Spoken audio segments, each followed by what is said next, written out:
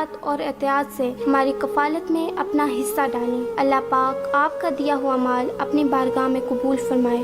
आमीन। Court UK office 0300 123 7774 court.org.uk. At Cake Inn, all our cakes and slices are freshly baked for that delicious taste. At Cake Inn, we bake 100% vegetarian and halal eggless fresh cream cakes. Delicious flavoured cakes for birthdays and weddings, ceremonies and all other occasions, with free customised messages, even balloons and candles too. Order for delivery or collection from Cake Inn, 489 Lincoln Road, PE1 2PE, and your cake could be ready within 2 hours. Find out more and order online at cakeinn.co.uk or call 01733 496 584. Asia Restaurant gives you the unique fusion of flavours from Turkey, Iraq, Syria and Iran. Our shish kebabs are grilled on a charcoal barbecue for that authentic taste. Lamb shanks, fresh shawarma, chili kebab, lamb shish, grilled chicken, freshly made baklava and so much more. Eat in or order through Peterborough Eats or Peterborough Grab. Asia Restaurant, 5 Fitzwilliam Street, Peterborough, PE1 2RU. Call us on 01733 562 530. Great prices, great quality. Why not come and find out for yourself? Asia Restaurant, the true taste of the Middle East. हाँ जी जनाब, अज तुसने किया 12 बजे वे यरा family की बाहर खड़ना चाहना या खिलाने पिलाने से सोचना कुथे जाओ इस च परेशानी वाली कड़ी गल है। इब्राहिमी बफे रेस्टोरेंट पर जाओ, उते फ्री पार्क करो। उन्होंने मजेदार ते स्वादले पाकिस्तानी, इंडियन, चाइनीज ते इटालियन आय आय आय आय खाने ना ते जोड़ी कोई नहीं, नाले सस्ते ते स्वादले। ए थे रक्स, इसका मतलब है बटवा भी नहीं होला होनेगा। Ibrahimi buffet restaurant variety of delicious dishes के अलावा जेलाटो आइसक्रीम एंड वॉफल्स भी करते हैं। वीकेंड्स पर अपना टेबल बुक करवाइए और वीकडेज तशरीफ ले आइए। ओपनिंग आवर्स शाम 5 बजे से रात 10:30 बजे तक। Ibrahimi restaurant 63 Sycamore Avenue, Peterborough, PE1 4JP. Telephone 01733 313131.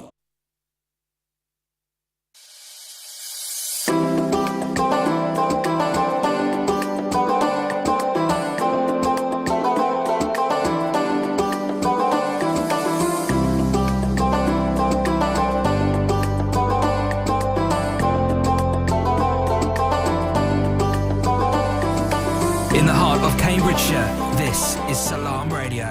Salam alaikum. This is the Property Wise radio show brought to you every Monday at 6 p.m. By Kieron Bateman and Shaz Nawaz. And we're live on 106.2. Feel free to get in touch. You can call us on 01733 602 133, or you can text us 07411 191 062, or you can comment on the live stream on Facebook, YouTube, Twitter or Twitch. And I think that's about everything covered, isn't it? It is for now, yes. It is for now. So excellent. Plenty of ways to get in touch. Get in touch, and we would love to hear from you. So this is the Property Wise show, where we talk about our experiences in property and try and impart some knowledge. Any information we do give is not investment advice or advice of that nature in any way, shape or form. We're not regulated to give that sort of advice. So, you know. And it's not based on Sharia, so we're just sharing information. Exactly. So over the last couple of weeks, I wasn't here last week, so Shaz was... You were skiving? I was skiving. Shaz was all by do himself. All the hard work. And luckily I had a Faisal here, who was a very able assistant. That's and good a to hear. Really, but yeah. That's very good to hear. But over the last couple of weeks, we've covered different property investment strategies and things that people could do to get into property. And as just a quick recap, if you wanted to go back and listen to any of the shows, the first week we covered buy-to-lets, HMOs, which is a house in multiple occupation, and serviced accommodation. And there were some really good strategies there, stuff that you can implement straight away. And then after that, we covered one of my favourites, BRRRR. And what is BRRRR, Shaz?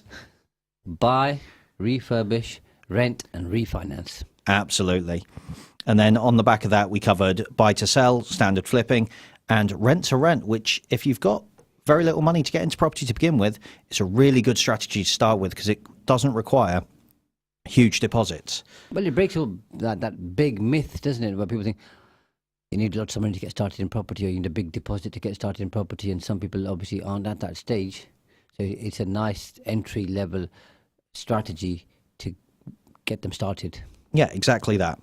So this week we're going to continue on in the same theme, and we're going to start off with, I believe, one of my favourite strategies, and I know one of your favourite strategies, commercial conversions.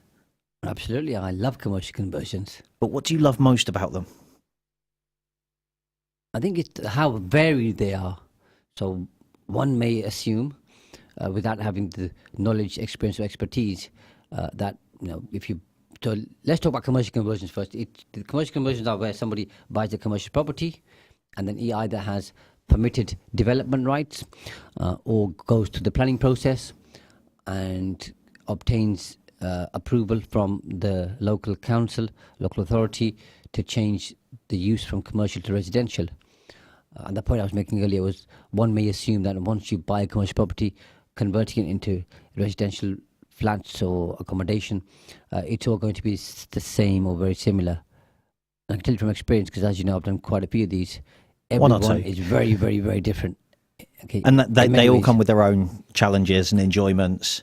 But the end product is always something really nice to see. Absolutely, because more often than not, and it's not always the case, by the way, but you might find a building, and the ones that I've done, most of them have been buildings which were empty and not being used, not being rented. So to bring it back into use and bring it back into life is really good. So the one that we did in Boston quite a while ago, which you know about, Kieran, that building was empty for 13 years. It was an eyesore for local residents, for the council. There was kind of no demand for it, so to speak. So they were just keen to bring the building back into use. It was a local listed building. Heritage Lincolnshire had an interest in it. So it was, I say it was locally listed, it was grade 2 listed. So there were quite a few features in there that they wanted to obviously keep and maintain. And you had to be sympathetic towards that. But for that type of nice building to be empty for so long is a strain. So it's nice to bring that back into use, back into life, because of the history of the place. Yeah, absolutely. And bringing something like that, but I mean, like you say, 13 years empty, it's doing nothing, it's helping no one, it's not adding to anything. If anything, it's just being left to essentially die as building it's that does. Broken window syndrome, isn't it? Yeah. You see a broken window, and before you know it, other things start breaking and the area starts going downhill. So if you ever have an empty building which is not used, and before you know it, doesn't look very nice, people don't want to live in the area. And then that just kind of brings the whole area down, doesn't it? So, yeah.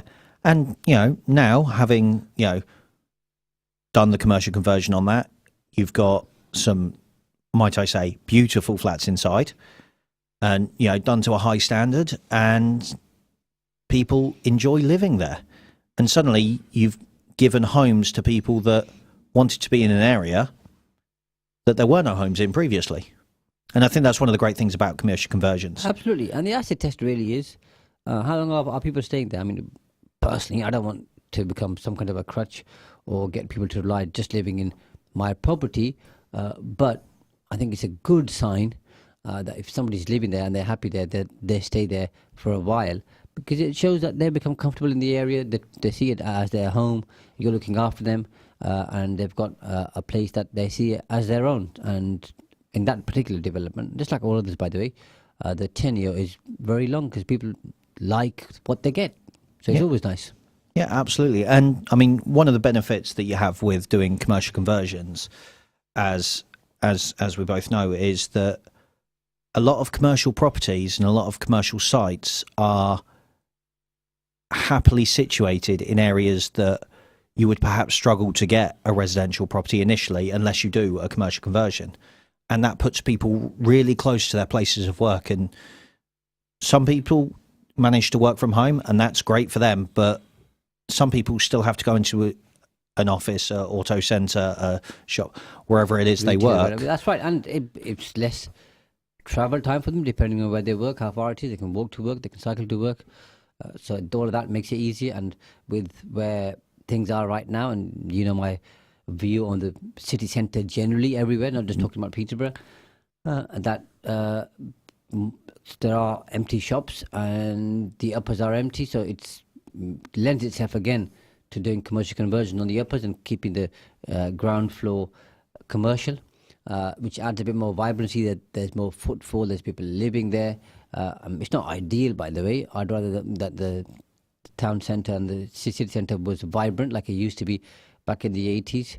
I don't remember back that far, Shaz. You're too young, you see. That's part of the problem with not being born at the right time. But I don't worry, I'll educate you, Kieran, and You won't hold it you'll be against up to me, no? speed. If I were you, I'd start with 80s music, and if you like that, by the way, everything else falls into place. Excellent. So that's my other joy in life, is trying to bring you up to speed with everything. Have you heard of a fax machine by any chance, or C-fax? C-fax on the television or a fax machine. Which one are you talking about, Shaz? Both. Yes. Yeah, you've heard of both, okay? Have you had the joy of using any of those? I have, yes. Well, there you go. In that case, you're not as young as you make it out to be. Then. No. But so I think town centres aren't vibrant because things have changed. Teletext was a thing. Teletext, that's right. Yeah, I used to do it all the time, especially to book holidays. But yes, going back to commercial yeah, conversions. so because there's a change in the way things are happening, I think quite a few town centres would struggle if they didn't have some of the residential use on the upper, so that there's a higher footfall. But if somebody works in town and they've got an apartment there, they probably don't need a car anymore. So that's going to reduce the carbon footprint in a big way. It's going to save them money as well. So it's very convenient. And you can see, just looking at Peterborough and elsewhere, because obviously we keep an eye on what's happening up and down the country, that's happening quite a lot. Yep. Yeah. And from a pure investment point of view, so, as much as, it's nice to give back and it's nice to help people out and give them somewhere to live, from a pure investment point of view, for me, for commercial conversions, if you commercial property, pound for pound, per square foot, is less expensive than residential property. And that's something that I didn't know before learning all about commercial conversions and getting into property, in truth. You're welcome, by the way. Thank you. No, it's true. And I found that when you look at it like that, in terms of an investment, you invest in property, you invest in a commercial property, say a £300,000 property. By the time you've put the money in, put the work in, converted it to residential property, that could be valued at £700,000, which is a huge increase. And then if you refinance that, you refinance at 75%, assuming that's the route you want to go down. 75% of £700,000 is more than the £300,000 you bought it for to begin with. Yeah. So you get all your initial investment back and a block of flats. So you've created more accommodation, which is obviously much needed in the country. Like I said last week, and I'll keep saying, I think the government has a responsibility to provide housing, but that's not happening as it should do. So the private sector, whether people like it or not, I think is doing its best to provide that accommodation. So it alleviates some of the stress. We're not going to fix the country's housing problems just by converting a few commercial properties into residential. But if lots of people are doing it, that creates more scope and opportunity for people. And as you've said, you can, let's say, buy a commercial property for, I always talk square feet, by the way, as opposed to square meters, just to show my age again. Yeah. So I'll stick to that. I'm stubborn now because I'm just. Why change the habit of a lifetime? Yeah. So let's say you buy a commercial property for £45 a square foot. Yep. You then want to redevelop it, and it costs you, let's say, £100 a square foot, and we'll add a lump sum for other costs like stamp duty and legal fees or whatever. But so it's costing you £145 a square foot. Let's say another £5 per square foot for all the other ancillary cost, consultants, so on and so forth.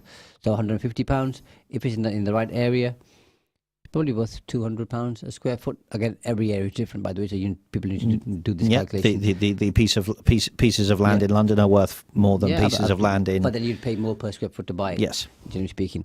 So based on that, so you the £200 per square foot, you refinance at 75%, gets you to £150. So you get all your money back. Yeah. And you've created a future income flow. You created nice housing for people, an opportunity for people. And usually they tend to be flats or apartments, which are quite nicely done, as you've seen. And they tend to be cheaper than a 3-bedroom house. And not everybody wants a 3-bedroom house. People who are just getting in onto the property ladder, even though they're renting, having a 1-bedroom flat or apartment works better for them. If they work in the town centre, reduces the overall cost in terms of travel, having a car and everything else. So it's all workable. Yeah, absolutely. And that's the other nice thing, like you say. If people are, especially younger people, if they're just moving out of their parents' house, I mean, renting an entire house by yourself is a daunting prospect. But being part of, and it does happen in these blocks of flats, you build up a community there with the people that live there. Absolutely. And moving out of your parents' house into a community, somewhere where you can get to know people, you grow up as an individual. Because I personally believe, and this is just my personal opinion, that you can get older with your parents, but you can't grow up. You need to move out to grow up, because there's a whole list of things that you do not even realise go on until you move out and have to deal with themselves. We really appreciate our parents for everything that they do for us. Oh, absolutely, absolutely, and that's the thing. But suddenly you're out, you're growing up very fast on your own. And I say on your own, you're not living with parents. You're still obviously going to go back to them and stuff. Of course. But you're out there, you're growing up, and suddenly you've got a support network around you of similar people who are either been through the same thing or are going through the same thing, and it can create a really nice community. Being able to be a part of that by building and doing the conversion, it's a really nice place to be and really rewarding. Absolutely. And that's why commercial conversions work really well. And especially if you can go down the prior approval permitted development, you don't need to go through planning. So that speeds up the process. Yeah. And kind of gives you more certainty in terms of being able to convert it. And because the basic structure's there, and we'll talk more about that when we talk about buying land and building in a forthcoming show. But you don't have to mess around with what's under the ground, the stuff that you can't see. So it's mainly all just using the existing fabric of the building. Unless you're extending it, you can extend it to go up or sideways. You're just changing the layout and creating walls which are soundproof and of a good quality to create housing. So you can do it very quickly. Yeah, absolutely. And like I say, if you've got, to use your earlier example in square foot, you bought everything and all the costs for 150. It's now worth £200 per square foot. You refinance 75% is 150. So you've got all your money out. Suddenly, a commercial conversion, which, like you say, can be done relatively quickly, you've got all your money out. You also have cash flow coming in, depending on how many flats and apartments you've made. So you've got cash flow, which, as we've discussed at length in numerous shows, is cash flow is king. But you've also got that deposit there, that money there available again to recycle, reuse, do another commercial conversion, follow the process, follow the same steps again, rinse, repeat, rinse, repeat, rinse, repeat. And in a matter of maybe 10 years, you could have 5, 6 commercial conversions that you own, that you've got flats in, that are all cash flowing.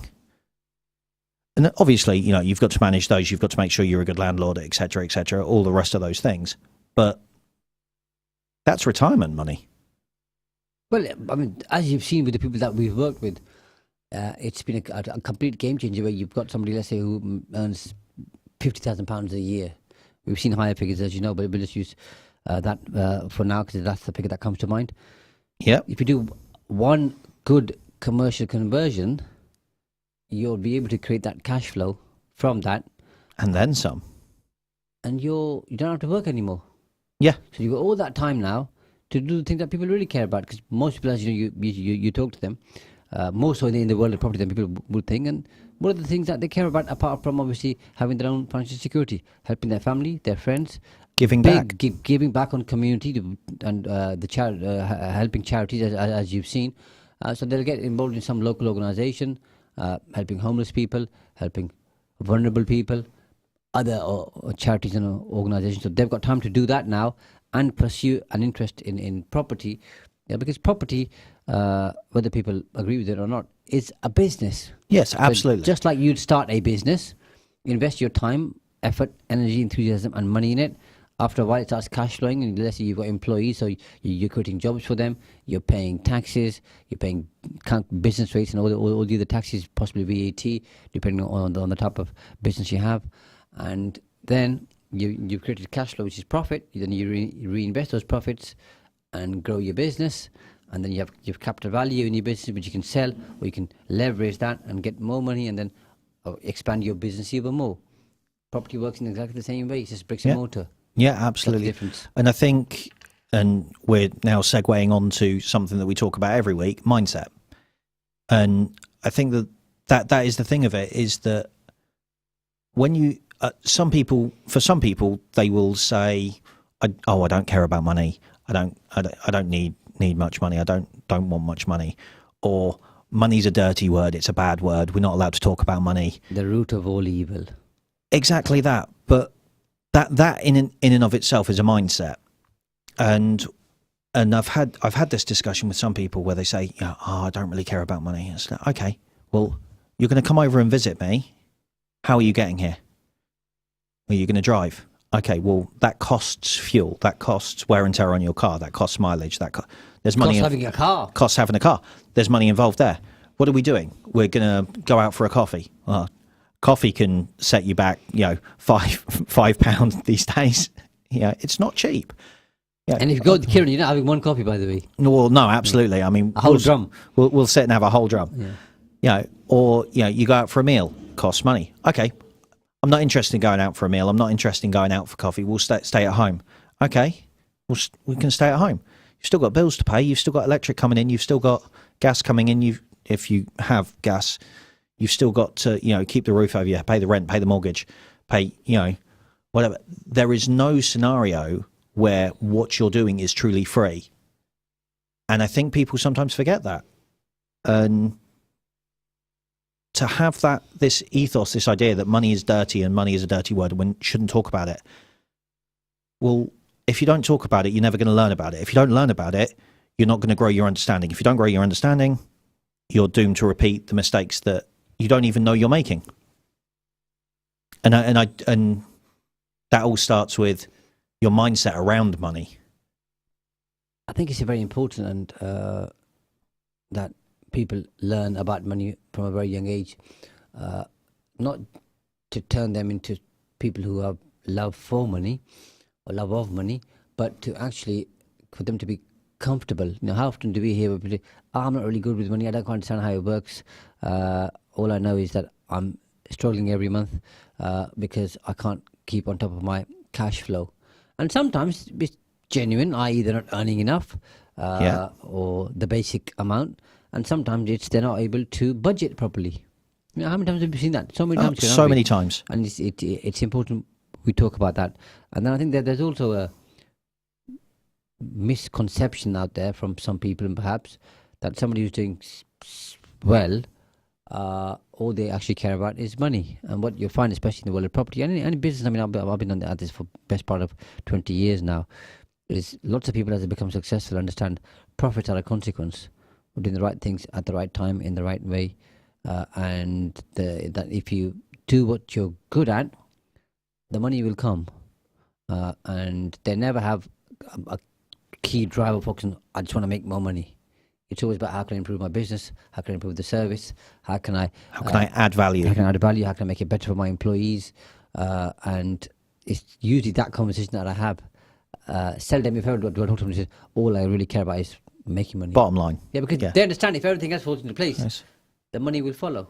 Yeah, it's a byproduct. Exactly, it is. Yeah, and I mean we've said this before. Success leaves clues, and the same with a comfortable bank balance. It leaves clues. We know how to get there. It's not easy, but it is simple. And I think that, but it all starts with understanding a mindset.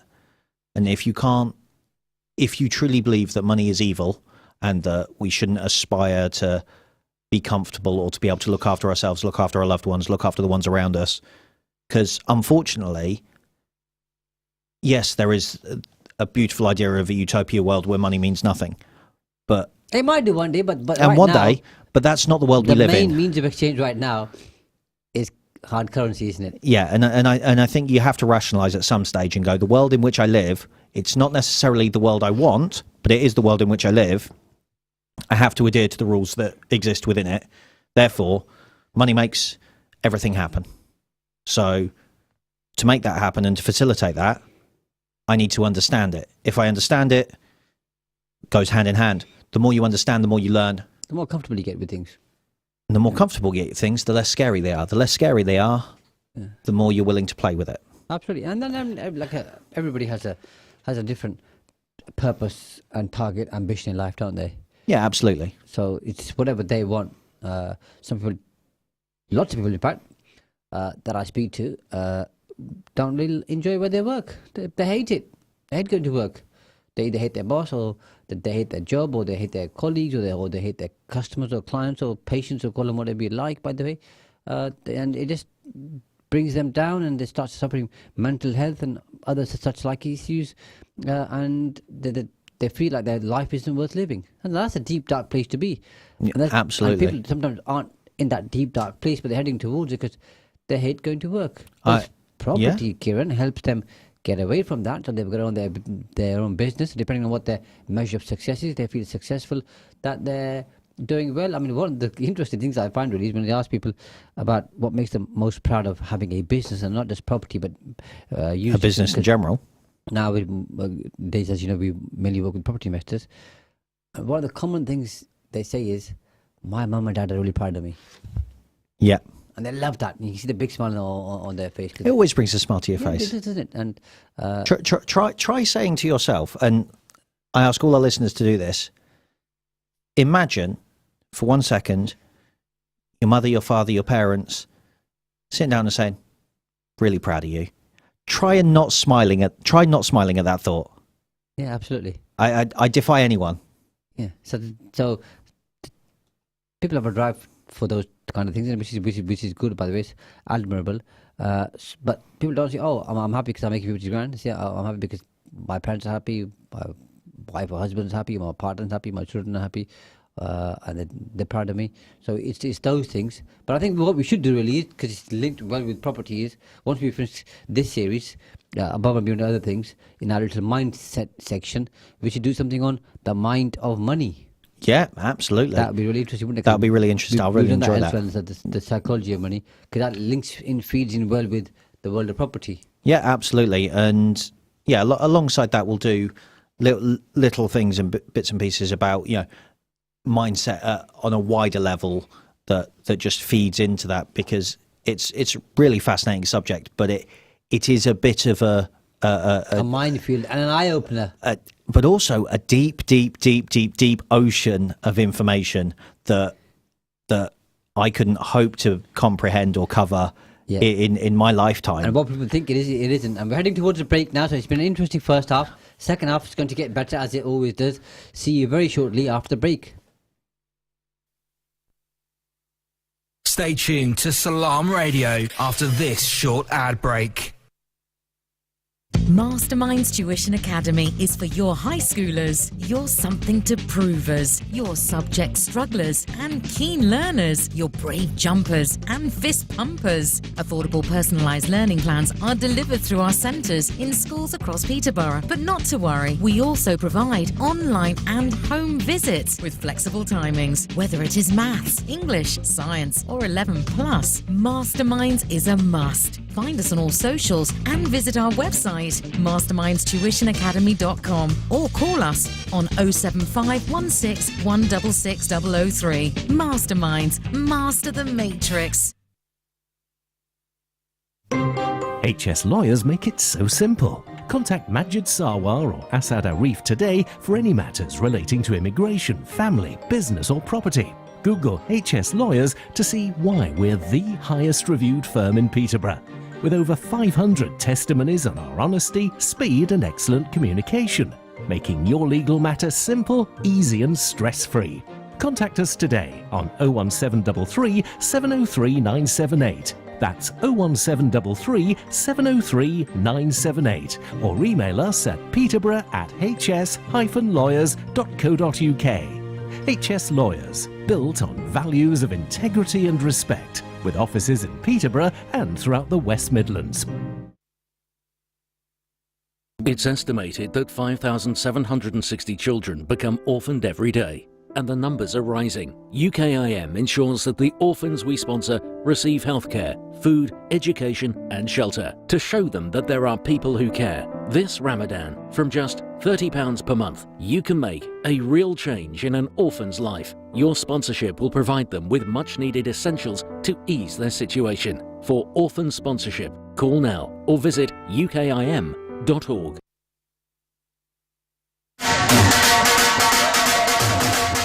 दोस्ता कियां परेशान है यार कर है ना सारा सौदा मुक्या वा मुल्का विच पैसे भेजने हूं नहीं अमार फूड वाले की फोन कड़का ते फ्री लोकल डिलीवरी कार मंगवा आलाता उथे का स्पेशल आ ओना की लबाई हाइजीन च ग्रेड 5 चीजें चंगियां मियारी ते सस्तियां ते नाले ऑफरां ही ऑफरां और क्या ताजा गोश्त ताजी सब्जियां ते फ्रूट आटा चावल दालां मसाले ते जूस सारे बिल जमा करने गैस ते इलेक्ट्रिक नो टॉप अप भी करने पाकिस्तान पैसे बिल्कुल फ्री भेजने मतलब के एक चिड़ी ने दूध छड़ी ते हर शय लबनी अठ जने ने आप उतरा Amar Food Store and Halal Meat 613B Lincoln Road Peterborough telephone 01733 687374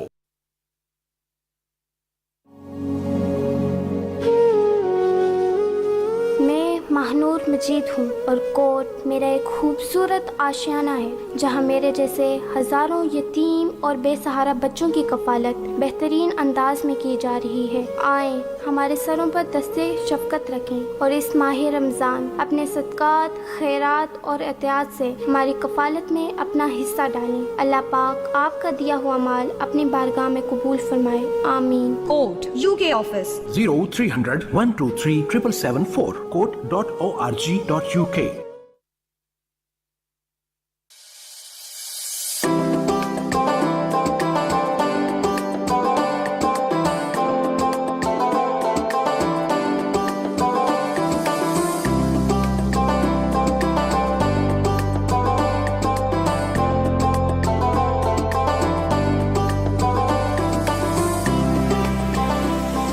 This is Salam Radio. Assalamu alaikum. Good evening. Good evening, not good afternoon. Can be good afternoon if you like, by the way. I mean, it's 5 o'clock somewhere, right? Yeah. So, good evening. We are on the Property Wise show. You are talking with Kieron Bateman and Shaz Nawaz. And we are here on 106.2 FM, Salam Radio. And if you want to get in touch, give us a call on 01733 602 133. Or you can text us. Get in touch on text 07411 191 062. Or you can comment on the live stream on Facebook, YouTube, Twitter, or Twitch. Lots of ways to get in touch, and I'll be delighted to hear from people and have their thoughts. And absolutely delighted. I'd love to hear what people. Better. Love to hear what people say. We can never always be right, but it's good to have a conversation and look at things from a different perspective. I mean, I would agree with you, but then we'd both be wrong.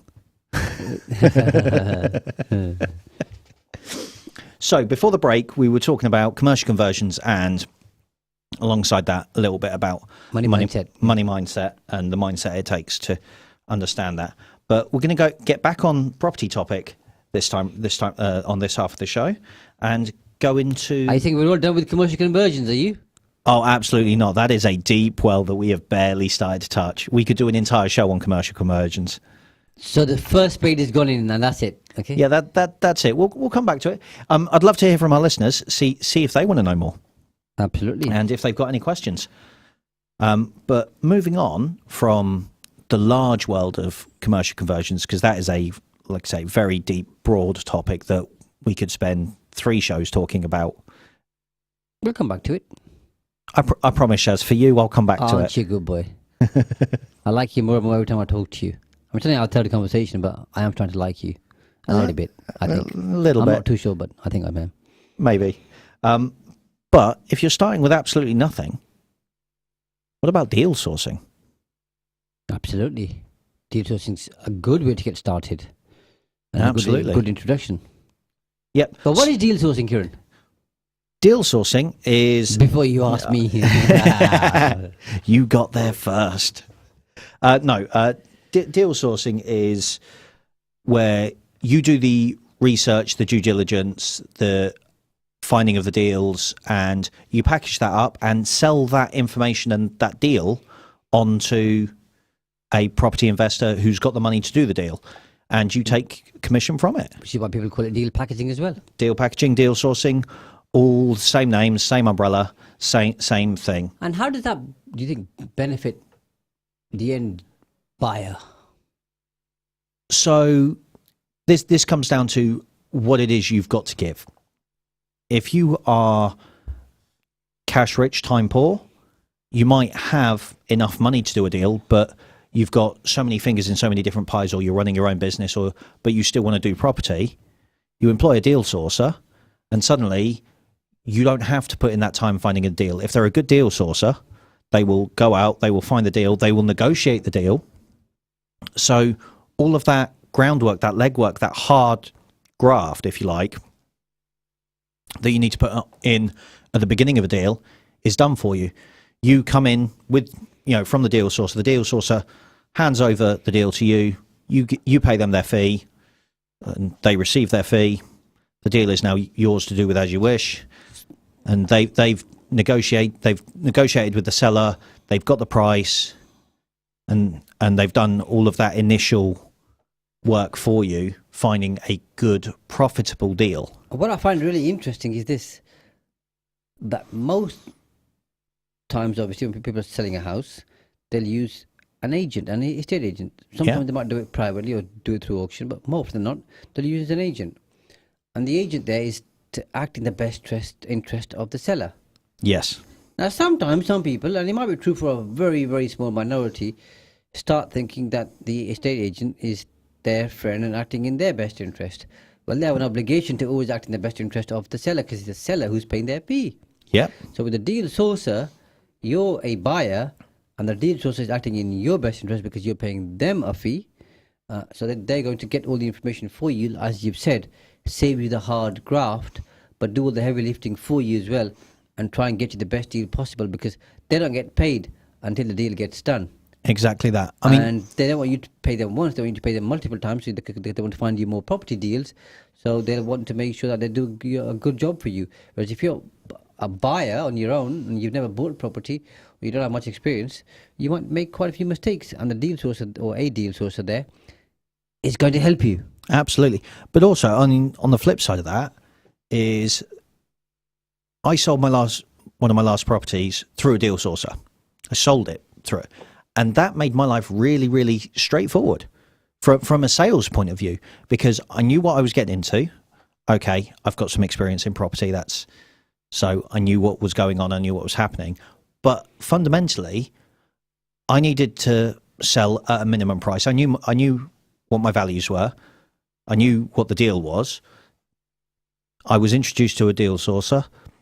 They had an investor that they knew was interested in the area that I was selling in. We hashed out a deal. They took it to their buyer. Their buyer accepted. We exchanged. We laid out the contract. We exchanged. They got paid. Buyer bought the house. I sold the house. It worked for everyone. And that's without having to go through all the little nitty gritty bits of, I've got 17 people coming around to view the house this weekend. And it just eliminated all of that for me. And it doesn't work like that every time. Yeah, no, it doesn't. You're right. But a good deal sourcer or deal packager is worth their weight in gold. Absolutely. as you know, I mean, even I use deal sources quite often. Well, I mean, you've got a lot of other stuff going on, to be fair, Shaz. It's convenient, but Yeah. they all just say, I'm looking for this type of property in this type of area. It should lend itself to doing this. They've got the criteria. Go out there and find me things within a particular area. And they'll then go away and just keep looking, and when stuff comes, they'll bring it to my attention. Saves me all of that time and effort. But, and this is another advantage of deal packaging, deal sources, is a lot of deal sources are on first name terms with a lot of estate agents. And if they've got certain criteria, like you say, they can go into an estate agent that they know well, that they're known, like, and trusted in. Say to the agents in there, I'm looking for, this is my criteria. If something's not live yet, as it were, they're not even on the market per se, they'll sometimes, because they know, they trust the deal source will get the deal done, they'll get it over the line. For the estate agents, it's a win-win-win situation, because they don't have to faff around putting something online. They know they've got a deal that falls within the criteria, and they know if the deal source says they'll take the deal and the investor will do the deal, that it's going to get done. But the worst thing, Kieron, I think a deal source can do, and some do this, by the way, is take properties that are on with an estate agent and market them as off-market per se. I mean, it's not off-market, even if it's just with a deal source, because it's still being marketed, but it's not publicly marketed. So a good deal source won't take properties from an estate agent which are being marketed on Rightmove or on that agent's website. But there are people who want to sell discreetly, or there are properties that go on sale, and the seller might say, well, if you can find a buyer pretty quickly, discreetly, even better.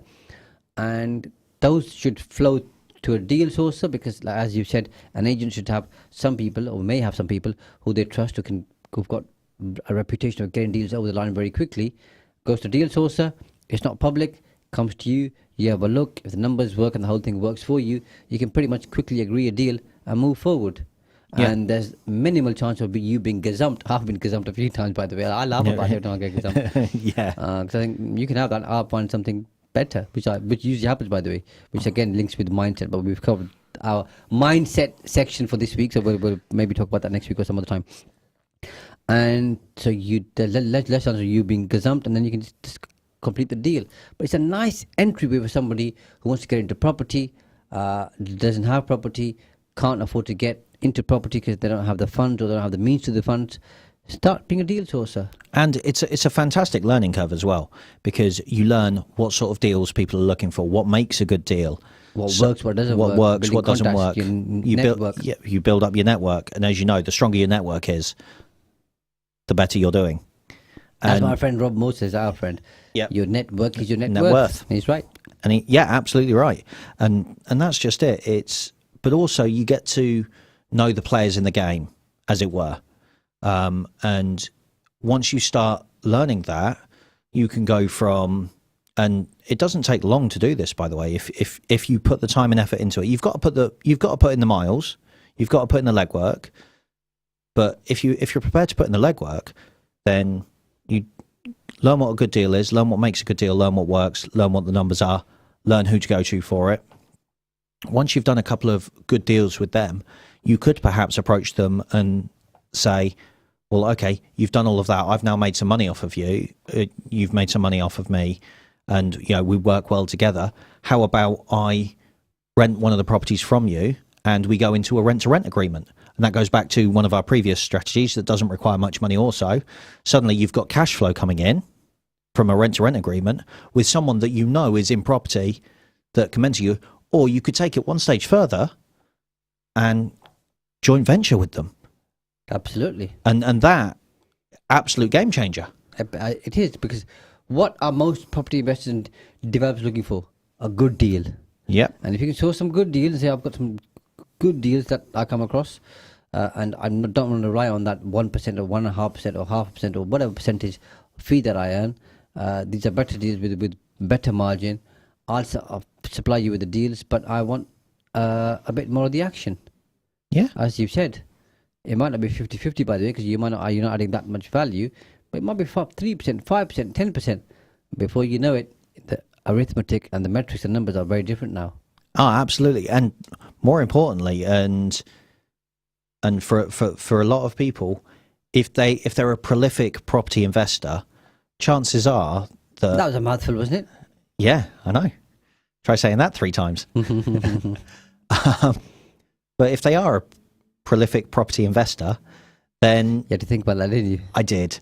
Then chances are they're going to want to give back as well because they've come up through. And if you're in a position where you can go, I'm adding value. I know I'm not adding much, but maybe rather than 50-50, like you say, it'll be 5-10%, but they'll mentor you on the process. And suddenly you've got a mentor. And that is invaluable. I truly, truly believe that. If you've got someone that's been there, done that, you can learn from the mistakes they've already made so you don't make them. Because a lot of people who are successful don't hoard information. That's something that I've found a lot over the years is... Why would they? Exactly. They don't need to. And there's this common misconception that, I can't ask that person for advice because they won't tell me because they're on a different level to me. Well, I think try it. If you take nothing else out of this, just ask. People are surprisingly willing to tell you exactly what's going on and exactly how they're doing things and exactly how it's working because they want other people to succeed too. That's what we've talked about many times, and I usually use the example of Tiger Woods. Yeah. I mean, I'm not a golf fan, as you know, and maybe somebody else is bigger than Tiger now, Rory McIlroy, whoever, I don't know.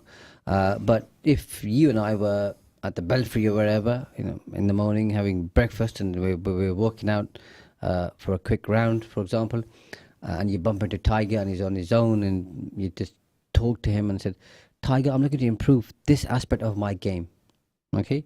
The drive, the putt, whatever it is, let's call it the putt. And I can't quite get it right from here. What do I do? Do you think you say, no, Kieran, I'm not going to share this with you. You'll know how to putt then, and then you might become world number 1 at some point. I'm feel threatened. Of course I will. I've got 5 minutes. I'll show you. This is how I do it. Yeah. Because he has so much confidence. He knows how good he is. Absolutely. He's not concerned about anybody else. I mean, somebody feels threatened. No. They are happy to share with you because even if you get as good as them, that then means they have to get even better. It just drives them to improve. Exactly. And like you say, that's how these people think. That they're thinking about improving themselves. They're thinking about how they get better. They've spent years getting to where they are. They're absolute years and more hours than you've considered putting into whatever it is you're getting into. Yeah, and they are there because they think differently, don't they? Yeah, absolutely. And the difference between amateurs and professionals, as you once said? Amateurs do things so they can get them right. Professionals do things so they never get them wrong in a roundabout way.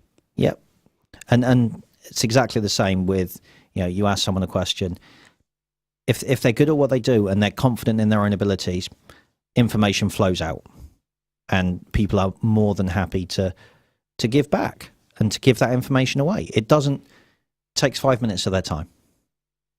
And I think that is important. And that's all starts from deal sourcing, where you're learning the network, you're networking, you're learning to find buyers, and you're going to perhaps property events, finding the people that are in that industry that know what they're doing. So some good entry level strategies here for people, like we said last time or the time before, in terms of rent to rent. Yep. Whether it's rent to SA or just standard rent to rent. And then now you've got deal sourcing. So that's something for people who are looking to get into the world of property without much cash available. Absolutely. And, if you wanted I would say roadmap is the way I would call it. If you're starting from nothing and you don't want to do one of the other strategies that we're going to come on to, start with deal sourcing, go to rent. From rent to rent, you've got cash flow. From that cash flow, you invest in buy-to-let or flips. From that cash flow, you invest in commercial conversions or bigger deals, bigger buy-to-rents, bigger flips, bigger BRRR. But it all stems from learning your craft with deal sourcing.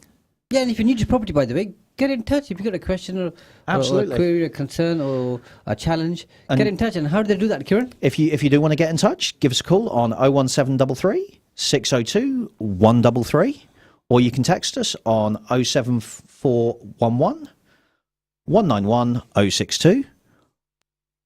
Or if you really want to, there's always the live streams on Facebook, YouTube, Twitch, and Twitter. Take your pick. Absolutely, take your pick. Get in touch. We'd love to hear from you, and we'd love to answer your questions. And if there's anything in particular you want to ask either myself or Shaz, happy to answer. We'll both answer. Two for the price of one. Two for the price of one. That's what we like. Now, we've got just enough time to cover a third property strategy for this week. Good. And How about lease options? How about lease options? Tell me about lease options, Shaz. Lease options are, again, a nice way to get into property. So I'll talk about a common scenario, Kieran, where let's say somebody has a property. Okay. They become an accidental landlord. So they've got their own home that they live in, which is now their new home, but it's a second property. And they've had the initial one for a few years. And let's say either the property is tired or needs work to it, or they've had a run of bad luck where the property's been empty for a while and they've had some bad experiences with estate agents, for example, or letting agents, so to speak. Estate agents because they've not been able to sell the property for them, letting agents because whenever they use them, the outcome's not been really good. And they're really fed up. And there are people out there, and they're struggling to keep up their mortgage repayments. Yeah. You can approach them and say, want to buy the property, can't buy it now, but I understand that once you get talking to them, obviously, that your main concern is to cover their mortgage. How about we do a deal, and let's say over the next 5 years, I pay your mortgage, and year 5, I'll buy the property at market value, or you can fix the price now, either or, and you take over. So 5 years, you fix up the property, you do the heavy lifting and everything that's required, and at that time, whenever that lease option expires, you make the offer, buy the property. Works for both, because you haven't got the cash right now. Let's say. I mean that sounds like a fantastic deal. So let me get this straight. I've got a property that I can't manage and I can't seem to make work, but you reckon you can make it work. But I can't afford the monthly repayments on it anymore. But I'm not, and it's struggled to sell, struggled to rent out, struggled to do anything with. You're going to cover the costs of my mortgage for me, guaranteed. For the next 5 years. In this example, it could be less or in this example, for the next 5 years, but you take complete control of the property right now. You turn it into SA, turn it into HMO, turn it into whatever you want to turn it into, within reason, within the terms of the lease. And then in 5 years' time, once you've done that, you'll buy it off me at market rates in 5 years' time, or market rates now? You can do either or. That's the beautiful option. You agree the mechanism for the price. Where do I sign? And that's why it works so nicely. That's just one example, by the way, Kieran. It doesn't have to be that particular scenario. It could be a different scenario where you want to buy a property, somebody wants to sell it, and they can't sell it, for example, and everything's working fine for them, but they're saying, I need to get out. It could be that. It could be a whole host of other reasons why people want to move that property on from their own portfolio and their estate. And this is a beautiful way just to do it nice and easy. Usually what I find, and this isn't 100% accurate, I say accurate because there's different reasons why people do this. Absolutely. Usually what I find is when the property or a property has been on the market for a while, let's say 6 months, it's not selling, and people need the cash flow or the money, or the mortgage payments are starting to hurt, or something else, or they're looking to leave the country, they could be going through a divorce. I don't want to run through every single scenario of where and why it might happen. There's 1,001 scenarios. There's a plethora of reasons. But one of those reasons is they want to get out, you want to get in, so it's a hand in glove fit. It works for both. You don't have a deposit, you've got now a certain fixed term to raise the deposit.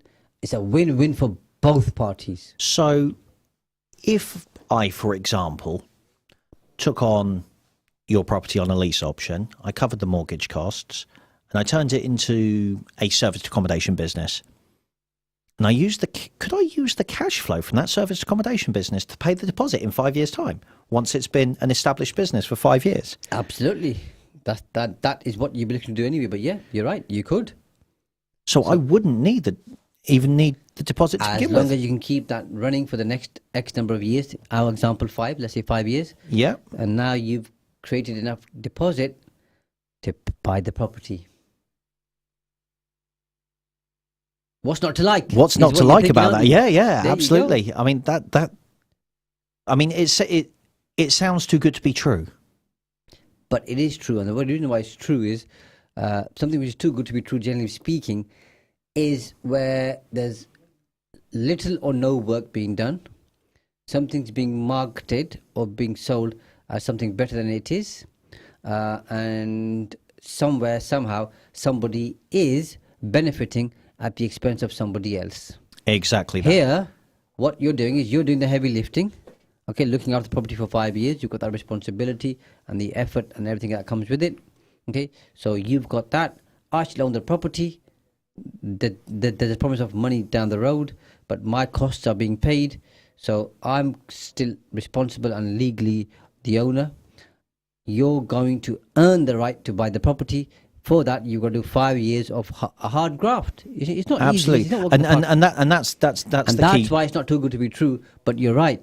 It's a beautiful way to get into the world of property. Yeah, and that was exactly the point I'm making. It on paper, if you just run through it as we did quite quickly, you might think it's too good to be true. But let's bear in mind that any of the costs associated with the upkeep of the property now fall to you. So you do still need to put in a little bit to begin with to either convert the property or to have it furnished as a serviced accommodation or any of those scenarios. You still need to have that initial small amount, and it's a much smaller amount than buying a property outright, I grant you.